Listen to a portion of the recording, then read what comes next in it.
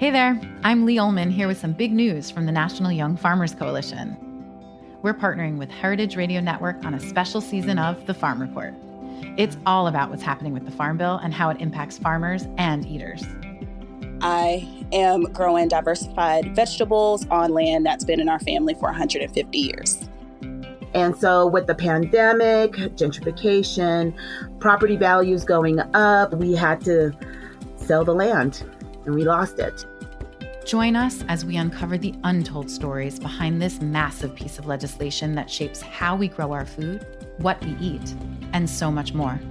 The problems we have had, those are things that come from earlier Farm Bill and USDA policy, right? Like Earl Butz, get big or get out.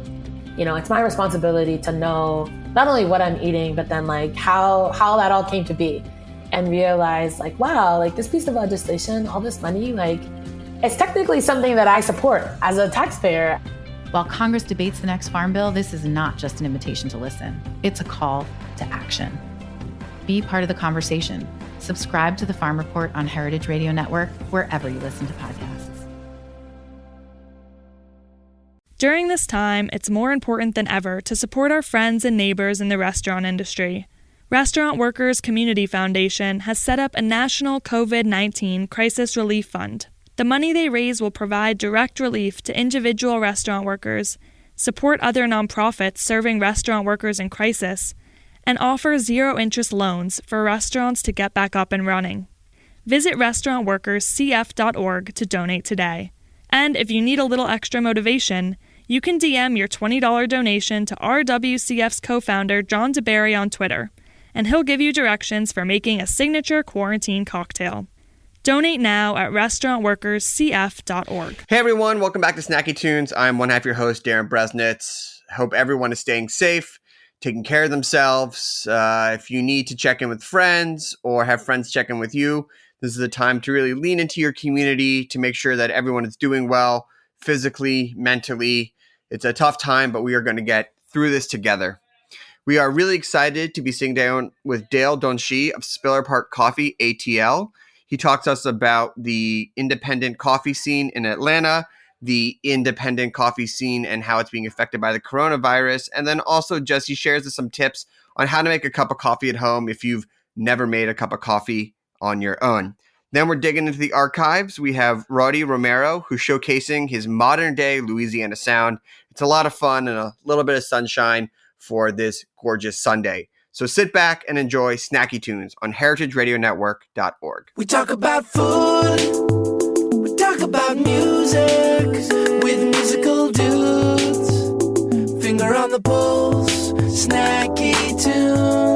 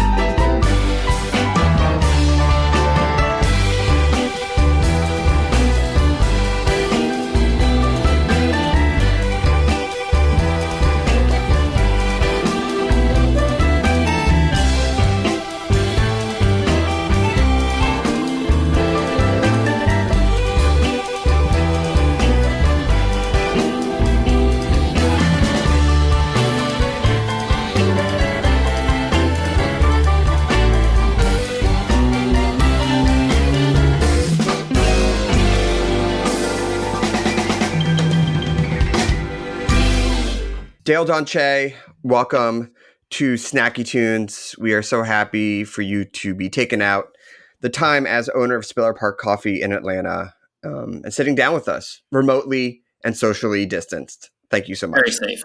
Very safe. So, earlier this week, Georgia finally issued statewide shelter-in-place advisory. What has been your reaction? What have you seen in the community? I think what's interesting about Kemp's final decision to do a shelter in place was that I feel like for the most part, like my social group was kind of already there as far as like taking the situation in hand extremely serious and understanding that the sooner that we take it serious and that we look at it as the danger that it is, the sooner we can all get back to normal.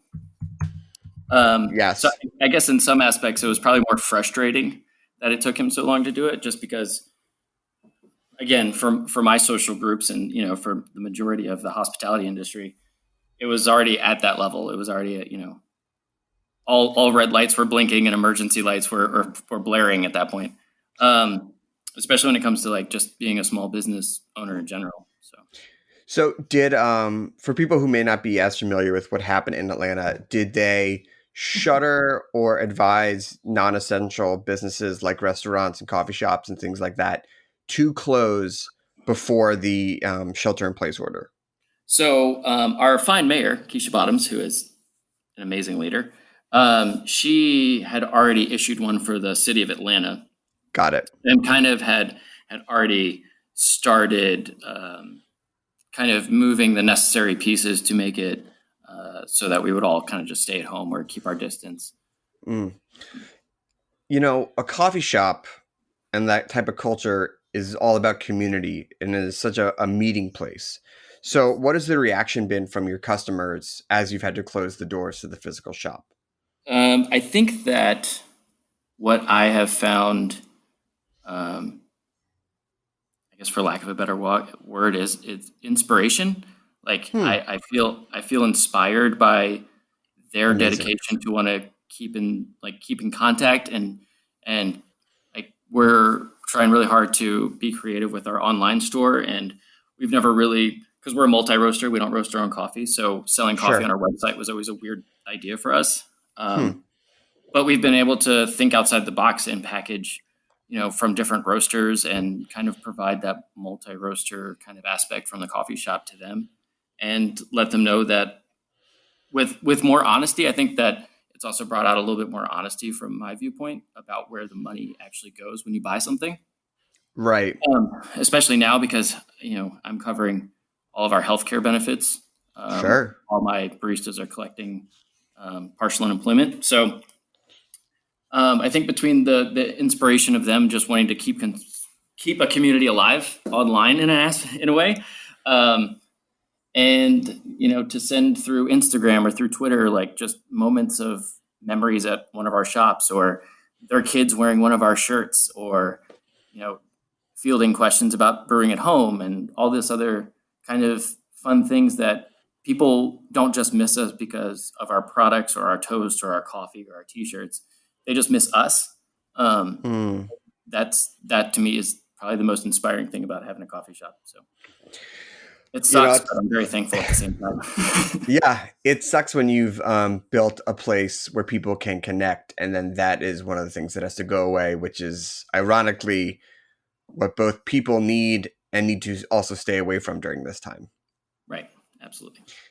So I want to set the scene a little bit for people who might not be familiar with Atlanta's coffee scene. What is it like? What's the vibe? Where does it fit into the national and maybe even international coffee scene? What's the coffee community like? You mentioned that you work with a bunch of different roasters. Mm-hmm. Set us up. If I want to get a cup of coffee in Atlanta, what am I looking for? Well, there's these wonderful places called Spiller Park, which I would highly recommend. No bias on that place. No bias at all. I am just a truth machine. I think what's fun about the Atlanta coffee scene is that it is very different from most major cities. when I think about coffee in New York, I think about tons of walking traffic, and I think about this like kind of like this speed and like this like almost like a hustle and bustle kind of coffee. And then when I think of LA, I think about these like kind of really elaborate setups and like very creative and intricate spaces. Sure. And then when I think about Chicago, I just think about like this hardcore cold, like working mentality. Give me the big cup of coffee. Right. And even to like Portland coffee, which is like, very like, lack of a better word. It's very like, it's like that sexy kind of coffee Sure. environment. Like coffee's a lifestyle. It's an extension of who I am. Yeah. To where Atlanta, it's almost like a weird, bizarre fusion of all of that because we don't have a lot of walking traffic, right? Because Atlanta is very sprawled out, and our visual viewpoints are very southern, and so, but there's like this demand for speed, so you get like this very unique, casual, almost more comfortable pub feel out of most of your coffee shops here. And the dedication to finding something that you can't get from a local roaster, I think, is very unique to Atlanta. Because for the longest time, we didn't really have a ton of local roasters. So you have like your counterculture shops, or you have what is now, your East Pole shops, which is a local roaster, and they're great. To like awesome coffee companies like Portrait, who are coming out of nowhere and setting the stage on fire with like this new narrative about people of color owning coffee shops and coffee businesses. Right. And it's becoming like this really cool conversation about what we all represent and what our coffee industry is to us, which I think is what lacked in Atlanta for a long time, but it's really coming out now, is that we've kind of have found that coffee of the South kind of voice, where, like most of us have some sort of history that is steeped in the either the hospitality industry in Atlanta or the coffee industry in Atlanta. And I think that is what's giving it its own cool feel, where like it's neighborhood driven, but if you're from out of town, you would never want to not have this in your neighborhood, Right. More than just like a vacation cup of coffee. It's like the coffee shop you wish was in your neighborhood. Oh, that's nice.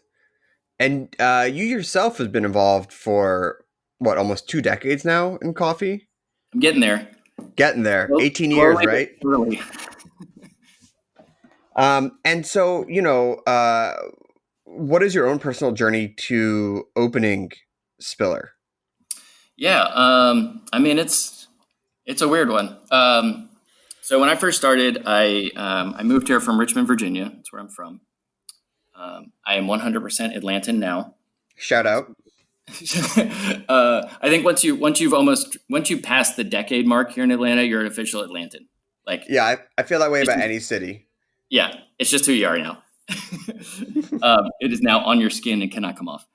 I've even tried to move away here a few times, and this place still calls back to me. So, but I think what is unique about my coffee journey is when I moved here is when I got into coffee. So I've never known anything else other than hospitality and coffee in Atlanta. And I think that my journey from big, huge commercial Starbucks to really tiny, independent, on the brink of ITP, which is outside the perimeter if you're not from Atlanta, like coffee shop that did like $86 a day, right? To working in restaurants and like running a coffee program, to consulting, to moving all the way to Australia to work at a roastery, to owning a coffee food truck, to having a cultish kind of coffee shop in Emory Village called Steady Hand, which people still wear the shirts today, which impresses the hell out of me because that was amazing. Like almost 9 years ago. To getting to work with great people and be inspired by creatives in this town that have gone out on a limb, and try and carry on some of that farm to table kind of aspect in a coffee shop. And I've always wanted to cultivate a unique coffee experience for Atlanta. Like even 9 years ago, we were basically the only coffee shop where you could go and get a coffee roaster out of Boston named George Howell, to bringing in really weird roasters that were very, very, very little known, like 4-barrel out of California at the time, to Hart and Portland, and like these common names that are around now. And I'm kind of losing track now, but it's like cultivating a something you can't get here, I think, was always my idea. Like, Atlanta is so cool on its own, but like sometimes we isolate ourselves, like that same neighborhood kind of feel that we create. We don't, Right. It's hard to be from not here and do things here. And so you have to like almost be here, like rooted, to bring other things in and be trusted with it, you know? I get it. So it's sort of, Sorry, I rambled off. No. It's perfect because it helps us understand that, you know, it can be insular and that's how you define your own voice. But then if people trust you to curate and bring in things that they may not know about, but then they make it their own, especially through something that's so personal like coffee, it's a really beautiful thing. And I think too, what I was trying to get at with being inspired by others, it was like it's really cool when you kind of look around one day and you realize that your coffee shop is like the industry coffee shop. Right. Like, it's cool to see like the best chefs in the city drinking coffee in your shop, or the best bartenders, or fielding questions from some of the best wine gurus in town about how to brew at home. And like it's just a cool feeling to know that being a barista does not mean that you're just on the outside of hospitality looking in, that you're actually an intricate part of hospitality in the industry. Because I think a lot of times coffee gets pushed out a little bit because, you know, we're the day walkers. What do we know? Right. Well, listen, we're going to take a quick break and we're going to talk about the importance of coffee as a daily and nightly ritual. And then also, I think some tips for brewing at home is probably what people need right now, because I'm sure some people are staring at that coffee pot that they just took out of the box because they've never, ever, ever thought of making their own cup of coffee. Yes. We're going to have a song from the archives here on Snacky Tunes on heritageradionetwork.org.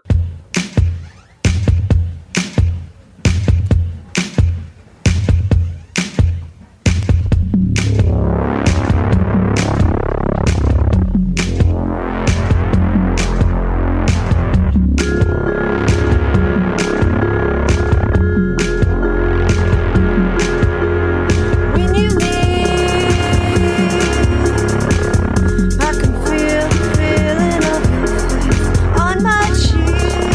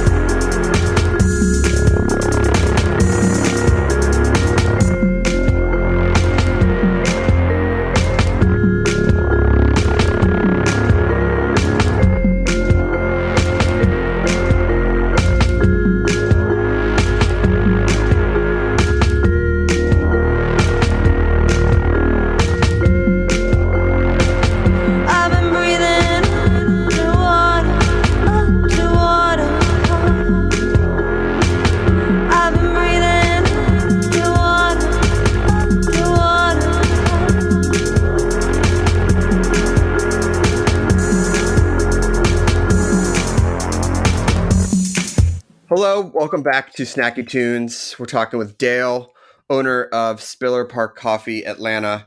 You know, before the break, you're talking about how coffee can sometimes be seen as a toss away in the hospitality industry because it's during the day, it's on the go. But to me, I think it's one of the biggest rituals of anyone's day that cuts through so many cultures across the globe, you know, from the Middle East to Asia to America to Mexico. Like, coffee's there, and how people drink it is so personal.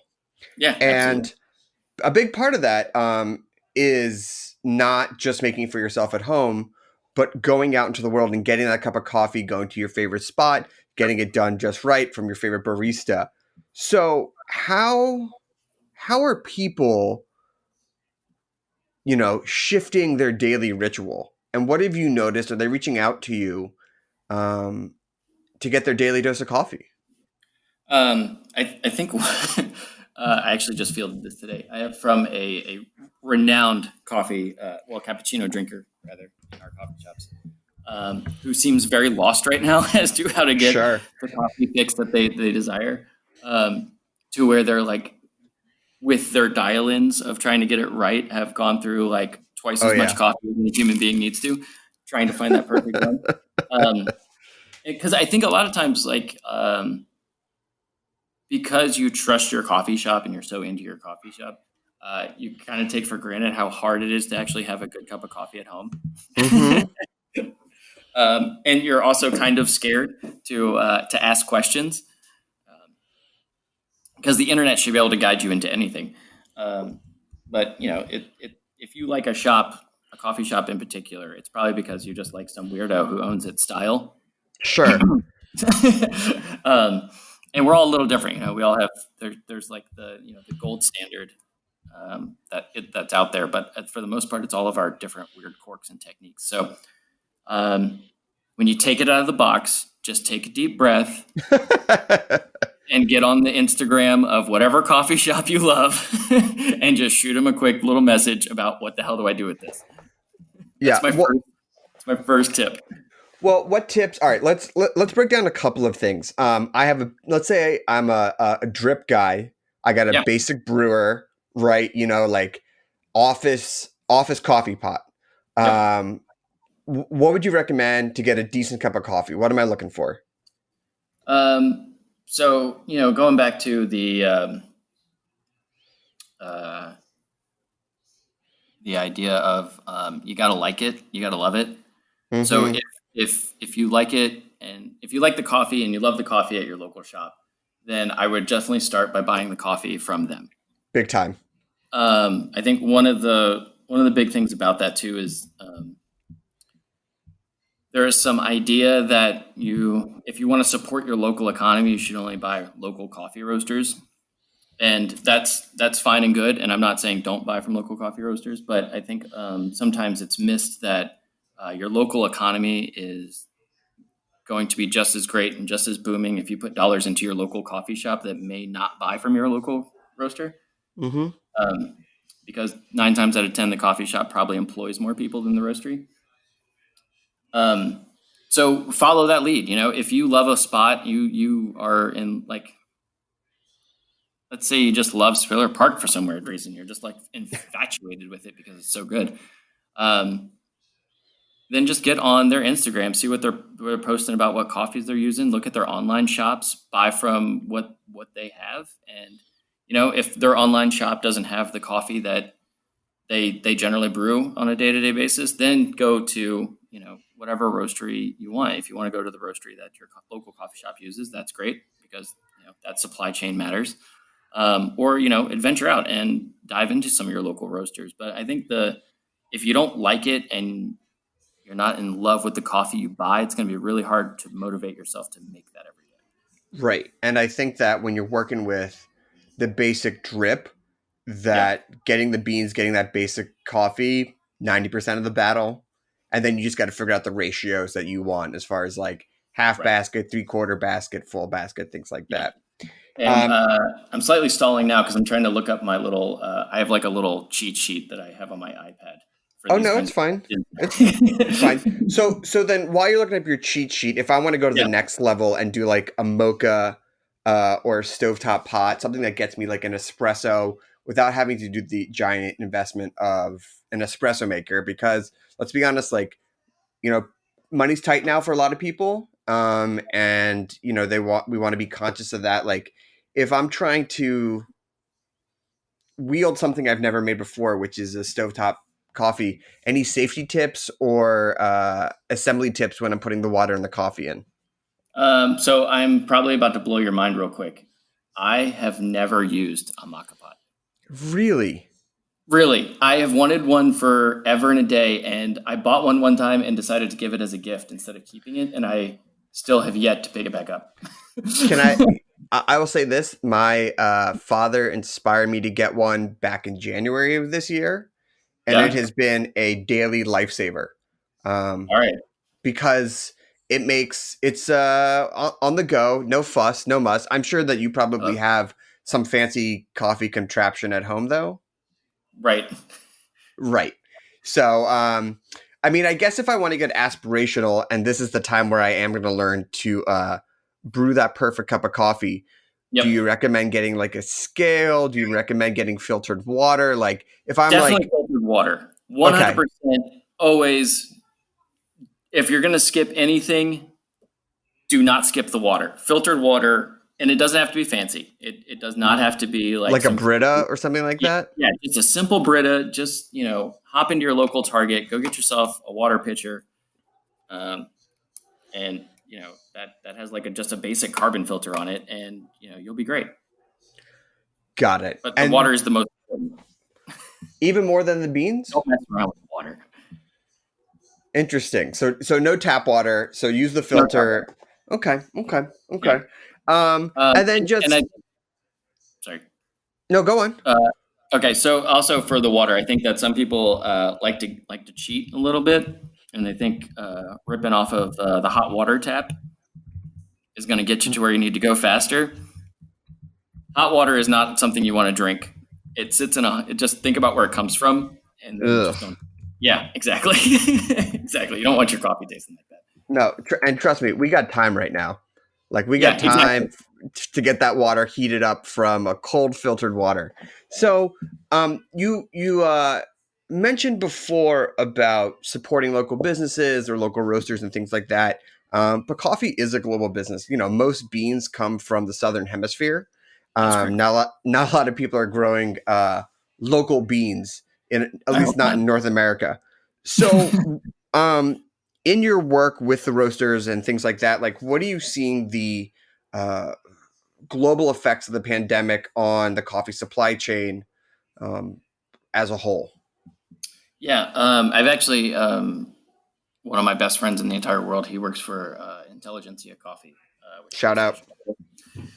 Yeah. Hey, give me some free stuff. But we've had some really, once this all started kicking off, we had some really interesting conversations about that exact thing. Sure.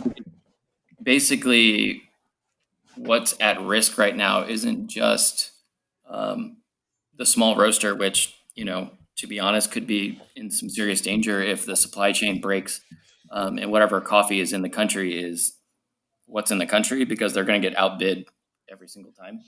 Mm-hmm. But it's also that there is a real chance that this could alter the pricing index for really small farmers that are trying to do their best by like not being certified organic, but being organic and working directly with roasters, and this real relationship kind of buying, because everybody's dollar amounts are being depleted every day by not being open or functioning at full capacity. Mm-hmm. And you tackle that on top of getting piled on with global like climate change and just dollar values changing all the time, and your big guys like the Crafts and the the Folgers and all that, the Philip Morrises, which actually I think is owned by Kraft. Anyway, don't worry about that. They're going to buy up coffee no matter what because their pockets are so deep. Sure. And basically that will just do all that work that was put into creating these highly sought after coffees that are, small held by farms that are not that large. And they're going to just get thrown in because they need to sell it. Got it. Like blended. Yeah, basically they're just going to get blended, and these beautiful, wonderful specialty coffees are just going to become a standard commodity if the dollar needs to be made, That's tough. So, I'm sorry. I said that's tough. Yeah, it's very tough. And unfortunately, especially with, on my side of the business, there's not much more I can do. Basically, what I'm buying right now is already in the country. And I'm just hoping that I can, my dollars are just going towards hopefully buying a new crop when it's ready. But, depending on how long this gets drawn out, that it could be too late by then. Oof. Are you going to be able to weather the storm? I know you said you're taking on a lot of financial costs, but will the CARE Act help at all? Are you able to get any stimulus? How are you doing? Thank you for asking. I'm doing okay. I think one of the weird things about what is, I guess, if I can even say has prepared me for this. I don't know that anything has prepared me for this. But my coffee career has never been exactly one of riches. Fair. And so I think in some aspects, it's kind of made me a little bit more of a person-oriented, frugal business owner. And so it was never about me making a ton of money. So I always had, once you've been handed a 30-day notice and then you have to pay for a lawyer to turn into a 60-day notice, you really understand what kind of backing you need in your bank account. Right. Yes. Which is what happened with my Steady Hand coffee shop, now with Spiller Park. But so I had a little bit of a rainy day fund that was already kind of earmarked for not this, because I never knew this would ever happen to me. No one did. So I was already prepared in some aspects for, taking on rent payments if something weird happens and I don't make money for a month or two. Or taking on, the healthcare benefits for my baristas if some disastrous weird thing happens. But I think what you never ever prepare for is having zero revenue while doing it.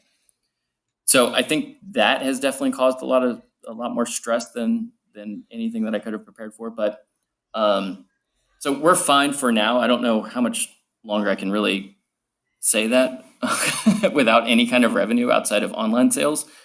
So spillerpark.com if you're out there. Yeah. I mean, are you able to bring in some money with merch or online sales? Are you doing to-go orders at all? So we as a business kind of took a stance once Ponce City Market closed its doors. Yeah. Which was, the other half of my 2 coffee shop empire that I have. Massive company. Huge. And so it was, and where our second location is in Toco Hill is a fantastic neighborhood. And I love it dearly, but a lot of it is based around Emory students who were no longer going to school. Right.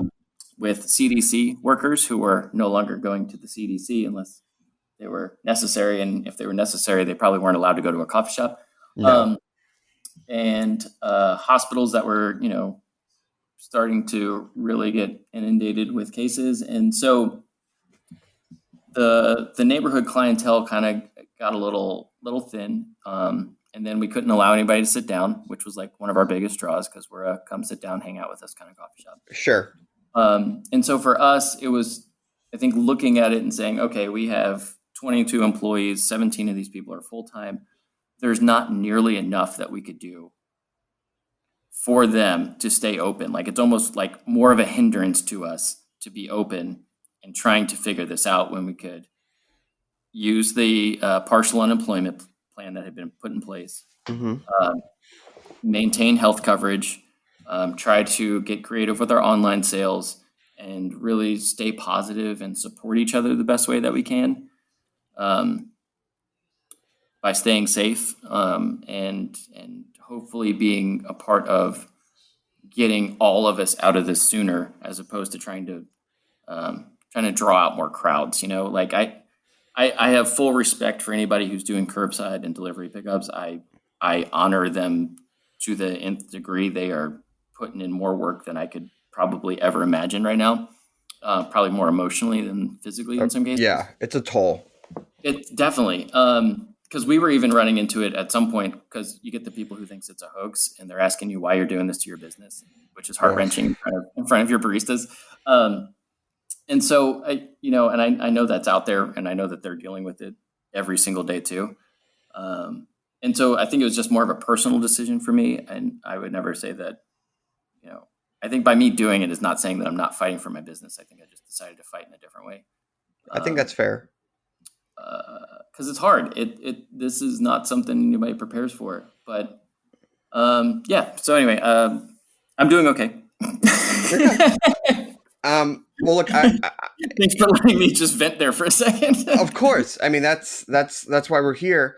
And I want to look to the future a little bit. This is tough. We are in the eye of the storm right now. Who knows how big that eye is? But it will pass. And I'd like to hope that there's some silver lining to all of this. So what do you... Yeah, I think so. Hope there's for... got to be, right? There's got to be. There's got to be. I mean, that's one of the beautiful things of human nature, is that it's being able to persevere. What do you hope to see as a silver lining with either Atlanta, your coffee shops, coffee in general, or just, you can just forget coffee, and just what silver lining are you hoping for, just on a more meta level? I had a really interesting conversation with my partner, because I'm not in complete isolation all alone, thank God. And she brought up the point where, like, all these people are making bread. Every time you turn around on Twitter or Instagram, somebody's got some bread posts that they're doing. Guilty as charged. Yeah. I made bagels this morning. It's fine. But she brought up the point. She was like, I wonder if people, when this is all over, are going to walk into a place like a bakery or a coffee shop or a restaurant and look around and go, holy shit, this is actually really hard. Oh, yeah. Yeah. Like the amount of work and labor that these people put in is incredible. Like, I can't wait to just spend more money for these people. Right. You start to understand that cup of coffee and that muffin is a steal once you try and have a couple of unrisen mounds of dough and a bitter taste of coffee in your mouth. Right. Exactly. Right. You'll start to, you don't complain much when it takes 5 minutes for your cup of coffee when it tastes great. No. Or that slice of sourdough bread that, once you look at some unrisen loaves coming out of your oven that you spent 2 days on. Listen, well, Dale, I can't thank you enough. If people want to look at Instagram for coffee tips or shoot you a message about how to make a pot at home, how can they get in touch? As always, you can do the Spiller Park. Our Twitter and our Instagram are just at Spiller Park. You can reach out to me directly. It's just my first two initials and my last name. So DB Don Shea on Instagram and Twitter. Or feel free to email us. I'll give you the generic info at Spiller Park. That one goes to all of our managers, and we're trying to all stay kind of active and excited about brewing coffee at home and helping people out. So do not be scared to ask questions, no matter how, well, maybe not too crazy, but you can be as creative as you want to at home. I've been trying to do these just to keep myself busy and entertained with coffee and feeling like I'm making it for people. Doing these like really fun brew guides on my personal account. I love it. They're in my kitchen. The production value is terrible, but they're kind of fun.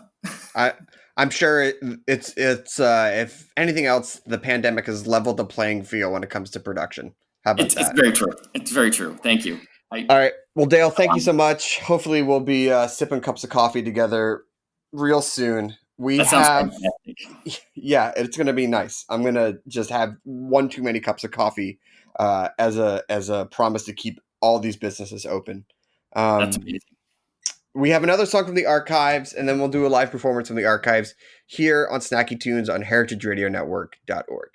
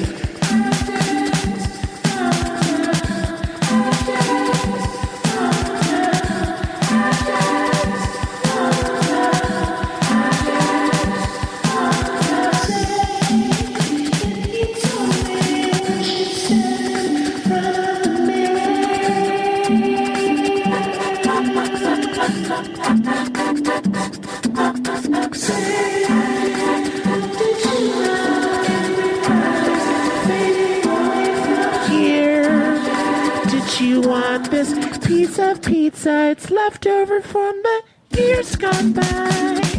Done it down several times, several times, several times, several times.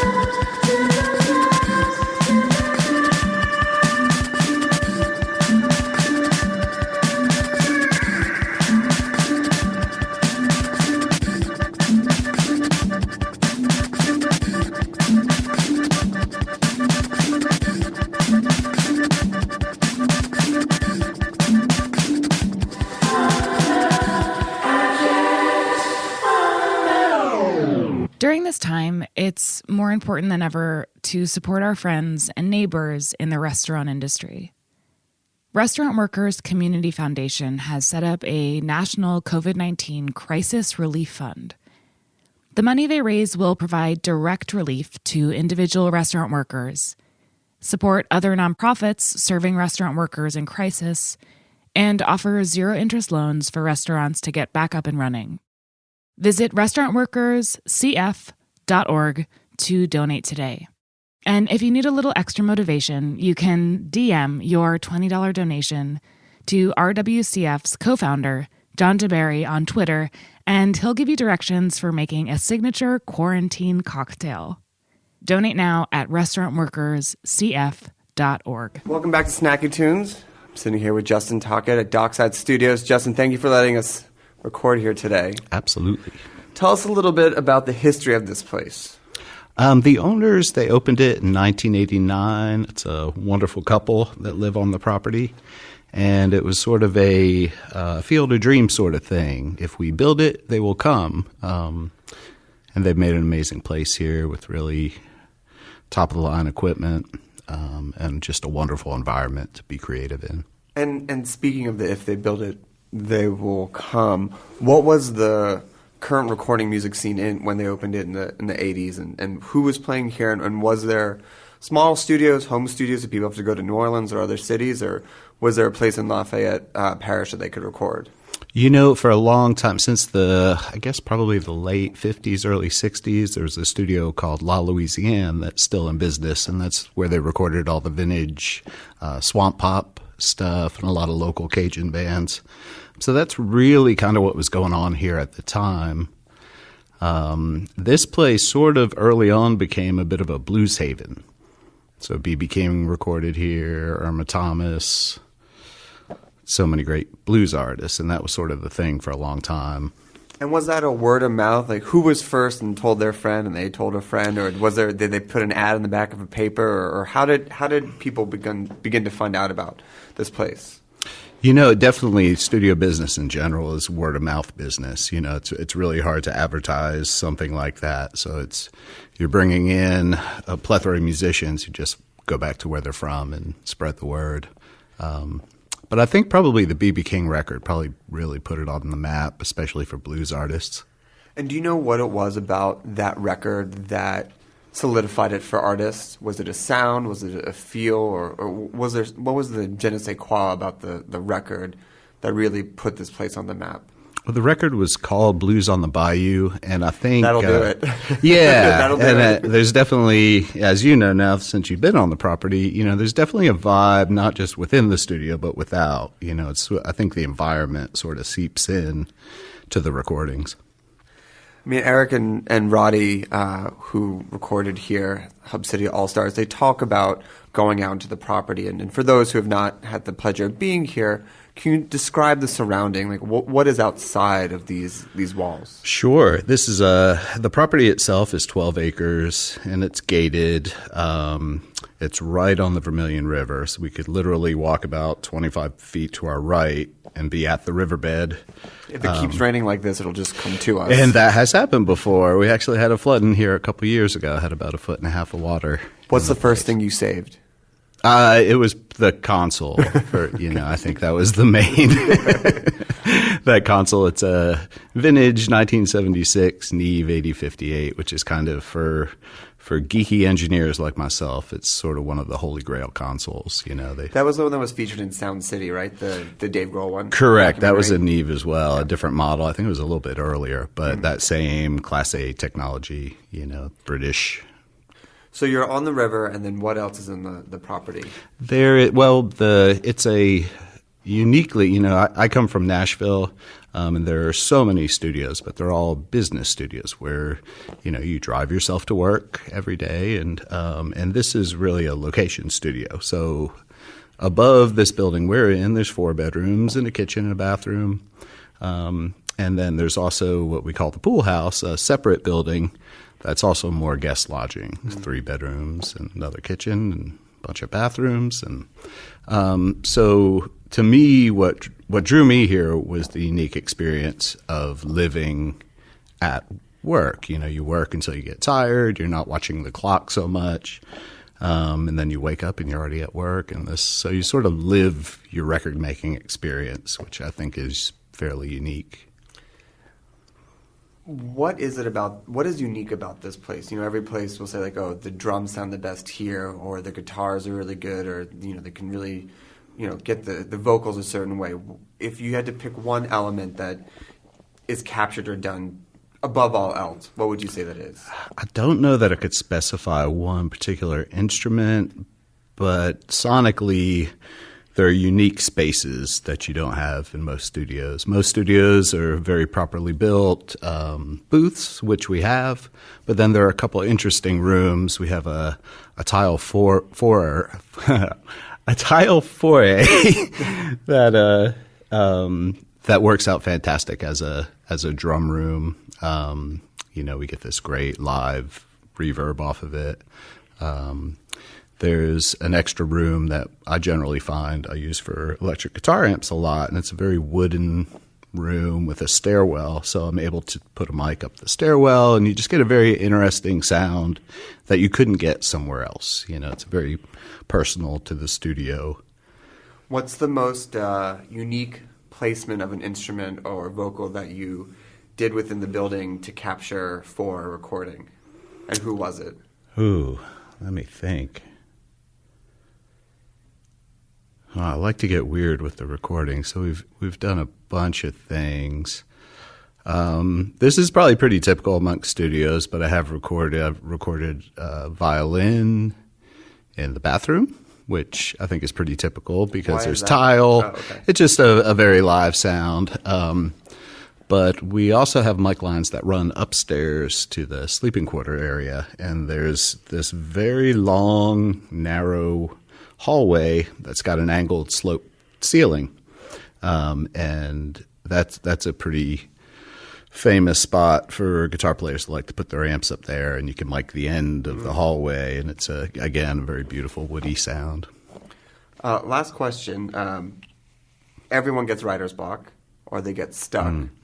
What advice do you give to musicians who are here to break that? I'd have to go back to the environment and just go ahead and get out of the room. There's a wonderful deck that overlooks the river. That's a great spot to have a cup of coffee and unwind and try to take it all in and let the inspiration start coming to you. Amazing. Well, Justin, thank you for making time for us today. We'll be right back with Roddy here live on Snacky Tunes. All right. Thank you, Greg.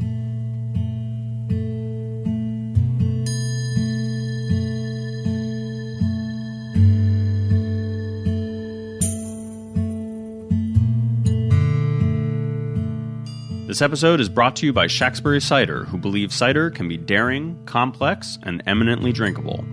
Located in Vergennes, Vermont, Shacksbury make a broad offering of ciders, from the bright and fruity rosé to inventive, small-batch wild apple fermentation. Each fall, Shacksbury takes to the hills of Vermont to forage for the wild and forgotten fruit that make up their Lost Apple Project. Shacksbury, producer of the first American-made Pet Nat cider, continues to experiment every year with limited edition ciders designed to spotlight locally foraged fruit. To learn more, visit shacksbury.com or follow them on Instagram @Shacksbury.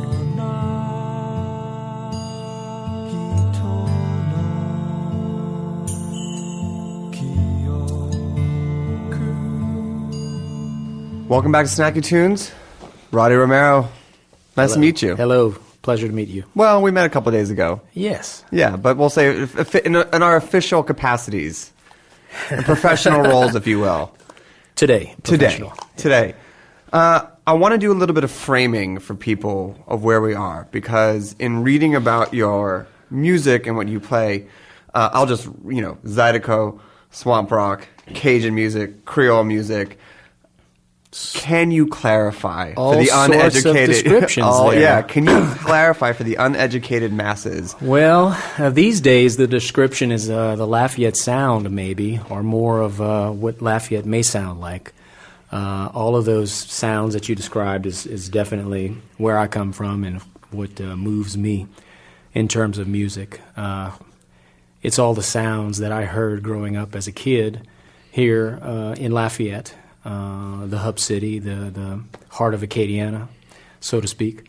From Zydeco, El Cido's Blues and Zydeco Club, growing up, going there and listening to the famous Buckwheat Zydeco, and listening to artists like Zachary Richard, more of a songwriter approach of Cajun music, Cajun rocker, and back to our great public radio station, KRVS, still making all of these sounds each and every day and every weekend.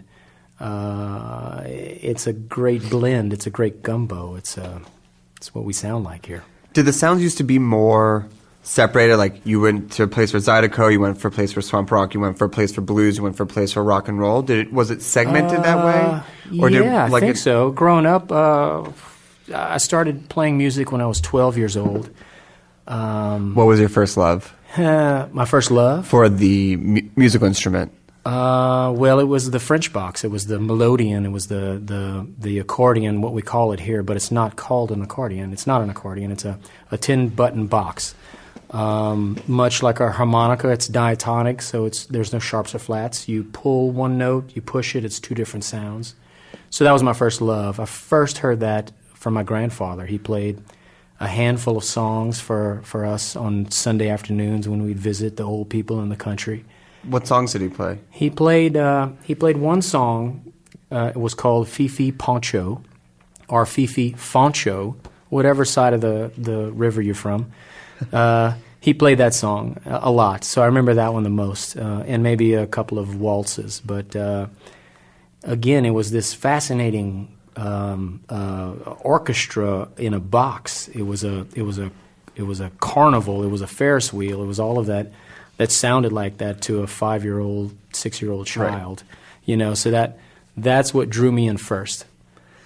And you toured around as I don't want to say accordion prodigy, but you could really play. Well, in those days, I started when I was 9. I started having the love, or at least my earliest memories were 5, 6 years old.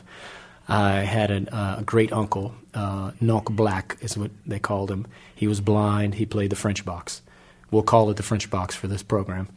And by its rightful name, as it should be. Yeah. And he played just, like the vieux temps, the old time, that nobody, today, nobody plays this way. So that's like, it gives me the goosebumps talking about it. That's the earliest memories that I have musically in the family. And again, with my grandfather. And then my father bought the French box when I was 9 years old for my brother and I. My brother's 10 years older than me. 2 kids, 1 French box. Did you fight over it? Exactly. And whatever reason, because he's older and he's bigger, I won. So I locked myself in the room for the next 2 years with the French box and vinyl records of my parents. This was French music from the 1960s, dance hall music, like people like Belton Richard, Aldous Roger.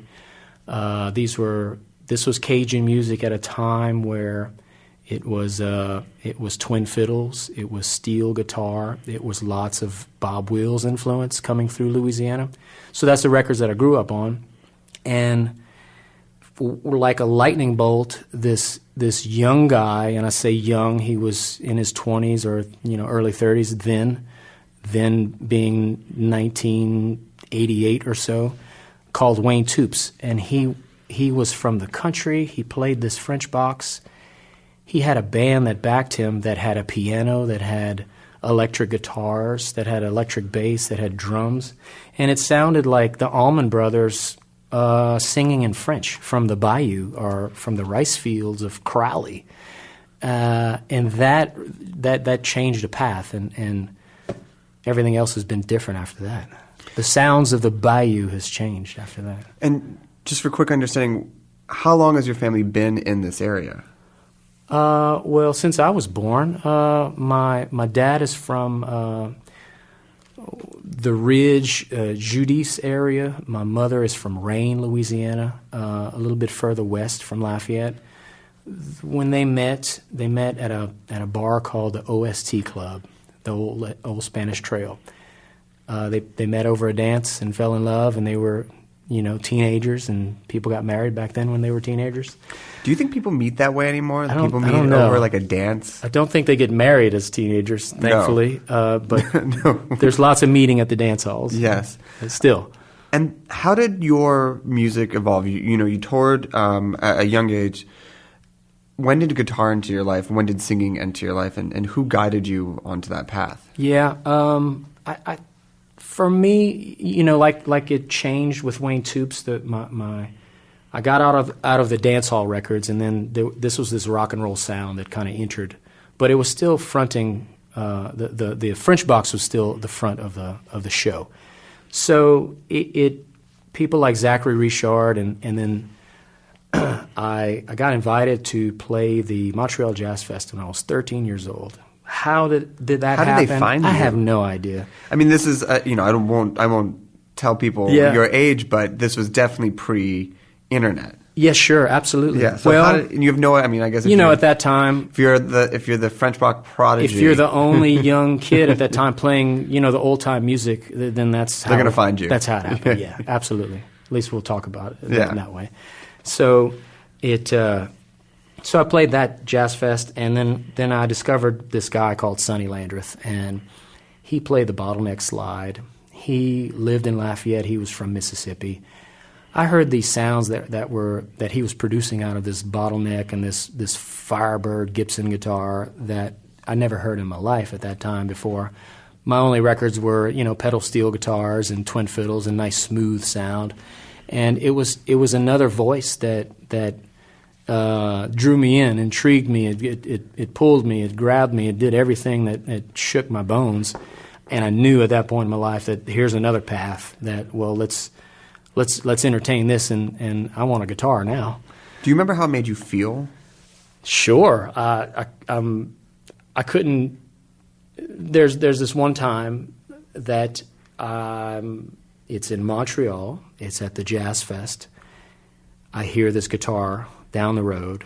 It's a sound check. It's during the daytime.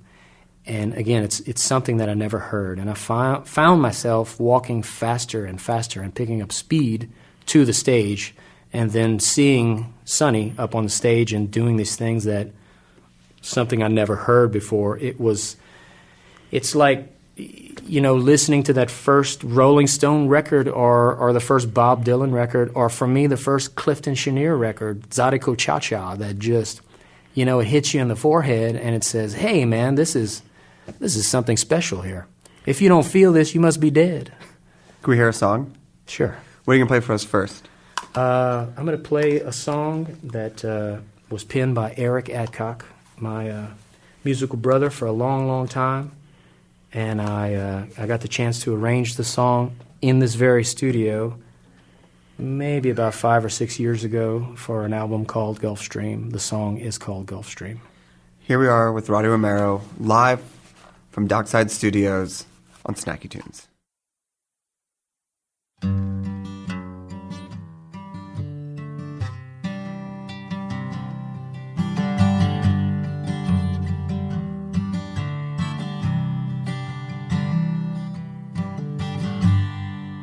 Dad's been shucking dozens since 42. Iron tub iced down full of Falstaff brew. Black had a son, Bobby Charles called Blue. Catholic church bells toll the Louisiana blues.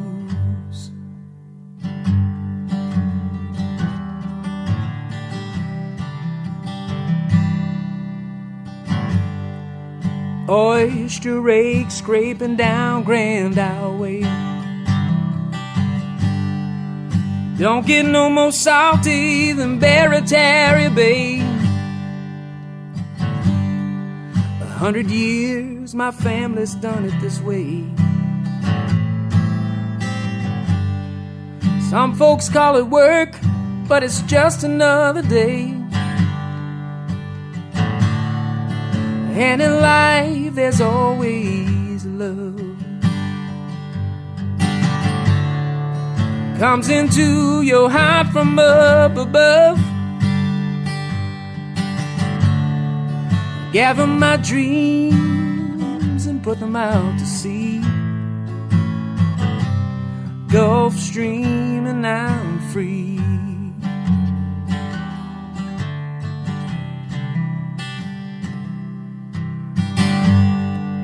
Politicians, trappers, priests and more,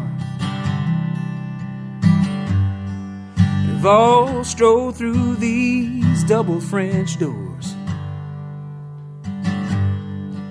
I was so busy just trying to keep their glasses full. Folks laughing, drinking, just shooting the bull.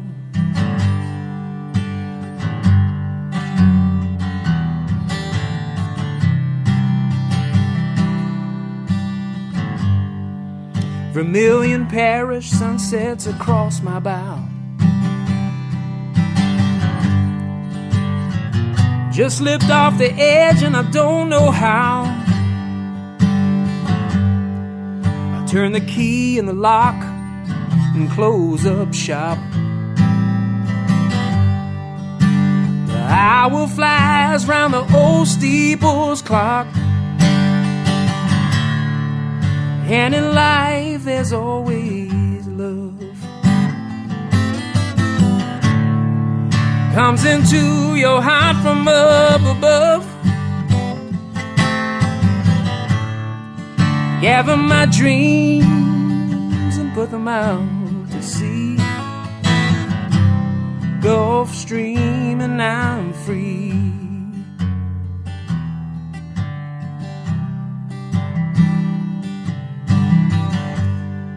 The neon light gently taps me on the shoulder. And the ice in the glass melts under the whiskey that I pour. The salt in the air from the storm off the coast. As I pull from my glass and offer up this toast. It's been a good run, it's been a good haul. My nets are full, time to pull in my trawl. Mes amis, ma famille spéciale pour mon père. Que tes filets soient pleins de fruits de mer. And in life there's always love. Comes into your heart from up above. Gather my dreams and put them out to sea. Gulf Stream and I'm free.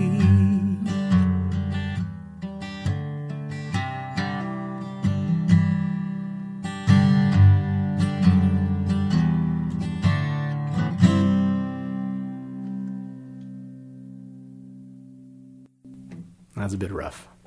It was perfect. You mentioned Eric Adcock, who is your co-founder, brother in music of the Hub City All-Stars. Sure. Formed 25 years ago? Or more. Or more. How did you two meet? How did you come to, in your musical evolution, form this band? And how has it stayed together for so long? Yeah, good questions. Let me start by saying we've been making music together for close to 30 years, maybe. We met through, I think maybe my brother was introduced or another friend musician. It's very hazy. It goes so long back. A lot of late nights. But we lived between. We lived in the same neighborhood, or at least adjoining neighborhoods, and there weren't very many young guys, young cats at that time playing Louisiana blues or French music or Zydeco music or Cajun music at that time. So we were bound or destined, or it was in our cards to hook up. And after that, we wrote songs about playing cards and drinking and a lot of things, and the rest is history, as they all say. But we've made music together, and we've traveled the world, and we've seen so many places, and we've made some brilliant records along the way that had a few Grammy nominations and a few pats on the back, and it all feels amazing, and it all feels good, and, every moment passes, and we're all getting older, and I just hope that we can continue to play music and do the same thing. Well, what's amazing about this music is that it's timeless. So Yeah. you don't look at someone who's 80 playing this music and be like, "Ooh, you're out of place." You're almost like right in place.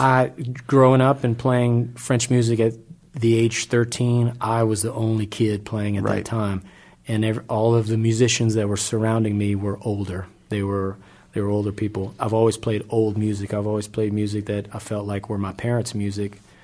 But in my mind, in my perspective, it's all timeless, like you said. It all feels like where we come from. It's all a part of us. It's our sound. We travel the world and we take it to other places, and people feel that whatever we're feeling, you know, however I don't know how to describe it. It's really tough to put words to for me, but just the feeling. I mean, you're still growing into the music. You're still a young guy. I haven't played for my peers very much still. We still, you know, draw an older crowd out there. The demographic that we play for is a bit older. They go to dances to dance. They show their appreciation by dancing, you know, more than applause. What do you learn from playing with someone for almost 3 decades? How does it evolve, and what language do you develop, and how does this sound continue to grow and expand from being and having such a consistent partner? You learn different languages, like non-communication in terms of not verbally saying something, but musically, or an eye cue or an elbow cue, you know, in the live setting. You learn things like that. You learn things that are more natural. I heard this podcast the other day of Rusty and Doug Kershaw, and when Rusty was making records, he had this, I don't know what he called it. There was a term for it, but it was just like this unknown energy that if he was sitting in the same room, he can anticipate what the other musician was going to do or transfer that energy. And when you play with somebody for so long, you that it either happens or it doesn't. You know, you feel that energy. Place factors into a lot of your music. Hub City is another name for Lafayette. Yeah. You talk about Vermilionville Parish and Gulfstream. Right. Everyone's hometown affects their music. The Beatles, the Stones, as you mentioned earlier, all the New York great punk bands. How does this place affect your music? And outside of the cultural heritage that comes from the music you listen to, what is it about this place that seeps into the music that you're making and writing? Well, if you grow up waking up first thing and you smell a roux on the stove, that is going to change your day. That's going to change your outlook on life and how you present yourself to the world. That's the first thing that you smell, and coffee grounds brewing. I feel like what we want to write about is plentiful here. There's so many raconteurs, there's so many storytellers in our parts in this area. You can go down to the corner bar and meet all sorts of characters and hear all sorts of stories, and so people want to share their knowledge, share their stories, share their bullshit, share whatever they have to share here more than most places in the world that I've been to. And you know, sometimes it's the beautiful, and then sometimes it's the not so beautiful, but that's life. It's everything in between. Can we hear another song? Yeah, absolutely. What are you going to play for us? I'm going to play a song called Ma Jolie, and I wrote this along with Michael Juan Nunez and also Eric Adcock. And it's going to try to go like this.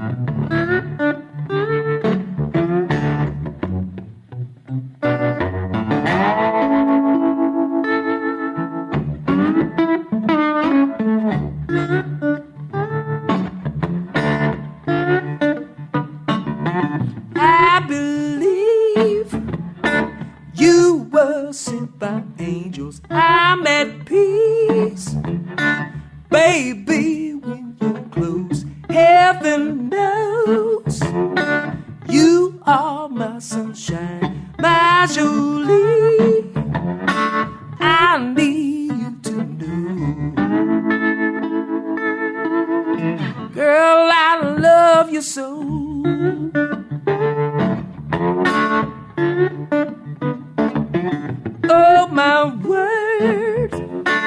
Oh, my words can't describe my Jolie. How I feel about you feebly. I'll try to show you, Jolie, it just overflows. Girl, I love you so.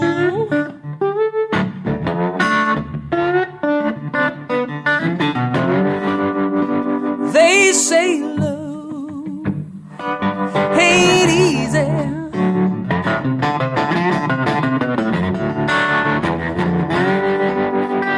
Comes and goes like a tidal flow. Oh, my Jolie, you swept me in your undertow. Girl, I never let you go.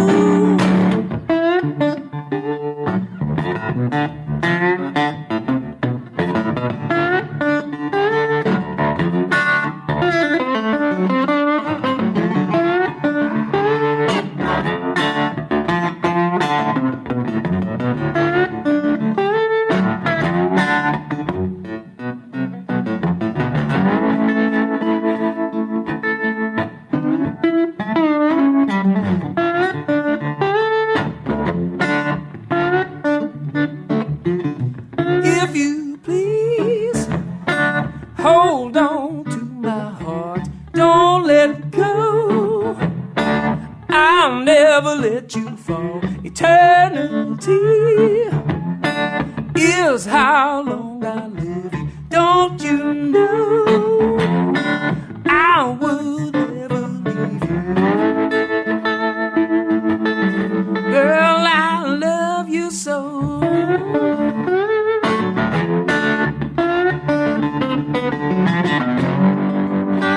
They say love ain't easy. It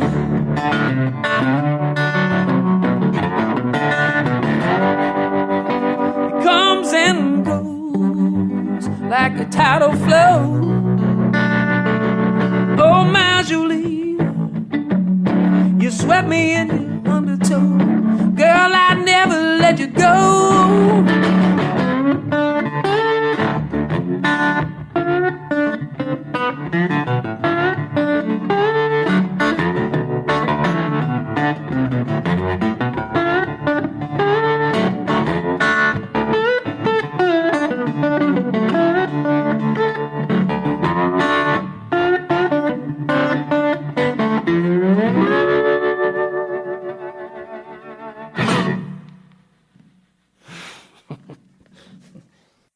One of the things that's clear about the music you write with Eric are the heroes that you worship, incorporate, bring in, cover, pay homage to.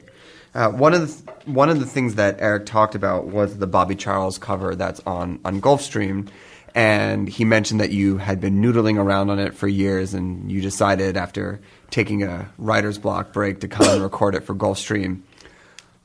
I want to talk about covering your heroes, because it's something that I think seems to always happen on records or live things, but never really discuss how musicians actually pick that or what comes ready to it. So when you begin to approach a cover, what has to be in that song that speaks to you or wants you to make it in some way your own? Well, before it starts with a song, I think for me more so, it's still where I'm from. It's still regional. It's still I want to pay homage to the people that surround me here and growing up. The guys like Clifton Chenier and the old guys, and I know it's like it's passing on the legacy of our music, whether I'm interpreting that song note for note or adjusting it to fit my perspective or to what is comfortable in the realm of my musicality as as a musician. So when it becomes the focus to the song itself, the story, I have to feel a part of it. I have to feel something. I have to feel empathy for the character that's singing it. I have to really dive in, or I'm just covering a song. It's not going to translate the same emotion if I don't pour everything that I have into that. When I recorded I Hope, I've been noodling with the song for a while. It was such a beautiful song.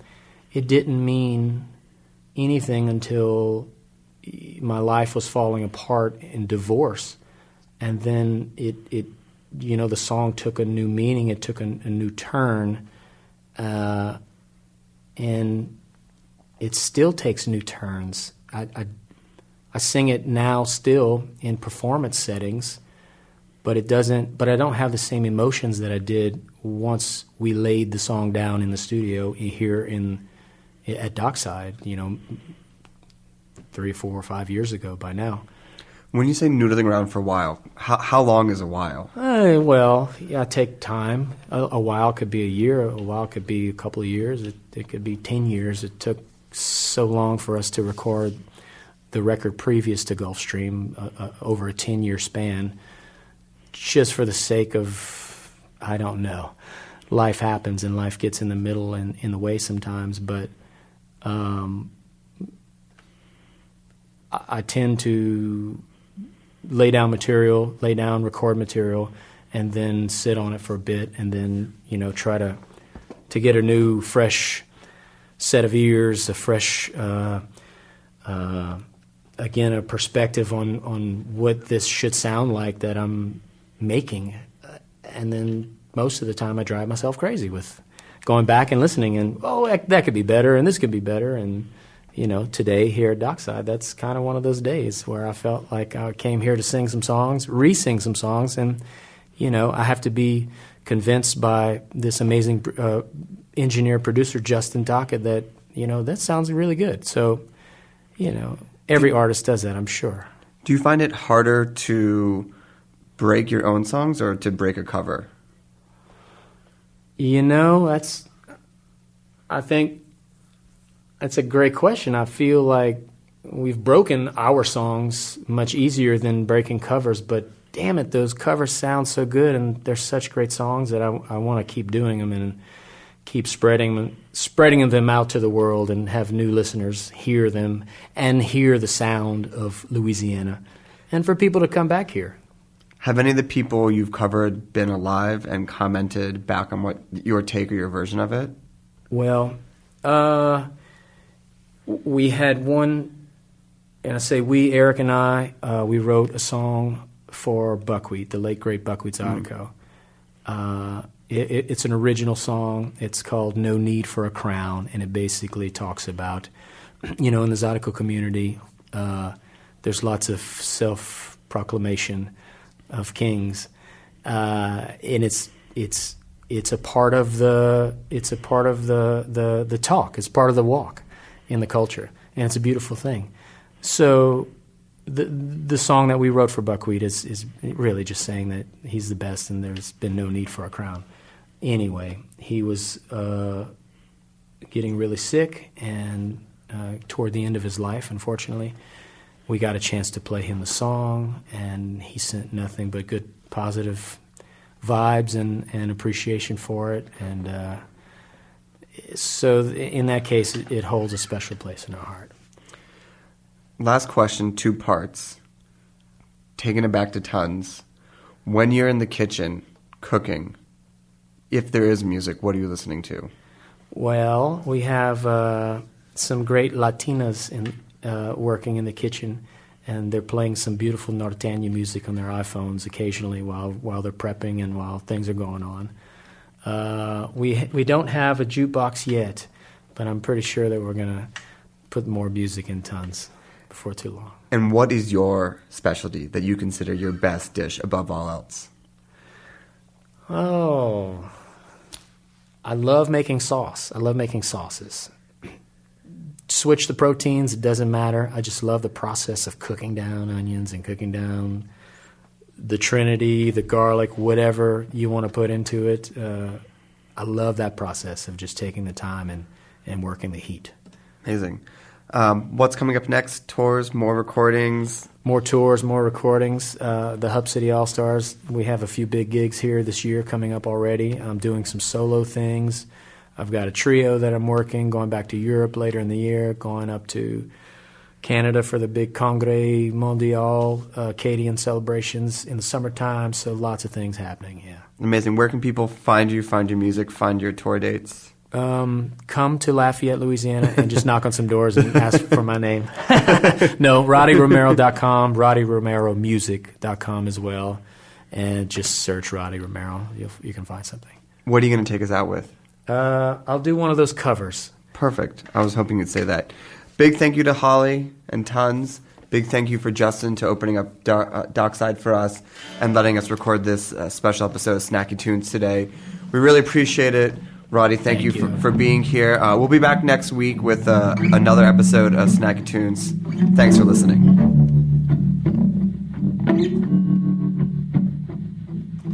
Ain't no sacred holy cow, got no pretty ruby mouth to smile and charm me through.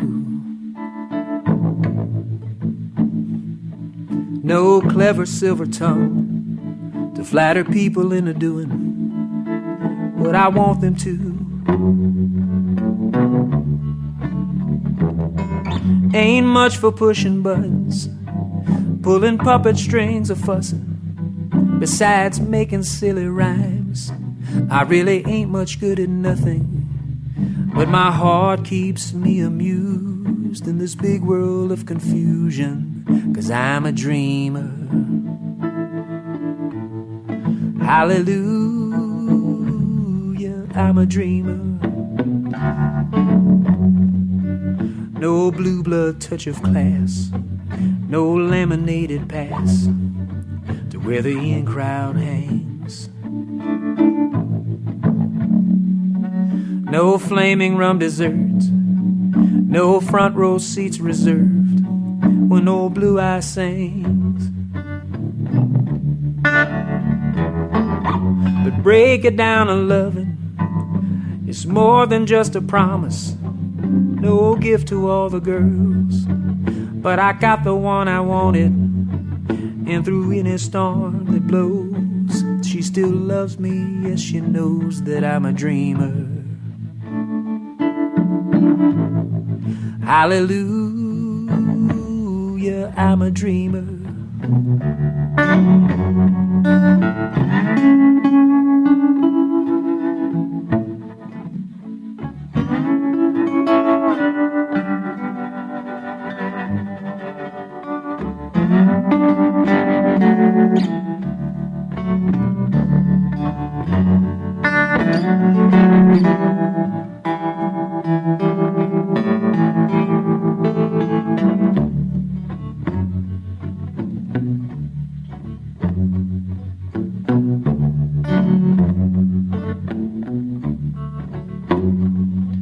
When there's pavement all around, green meadows can't be found, there will be dreamers. When every cotton field is gone, hope my children will have grown to be dreamers. No boss to pay no mind, no turning wheels to grind, no blade of grass disturbed, or sleeping baby stirred.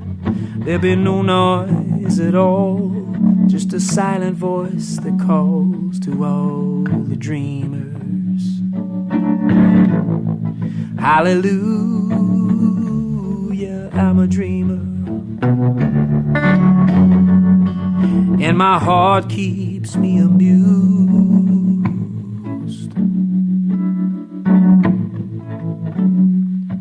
Hallelujah, I'm a dreamer.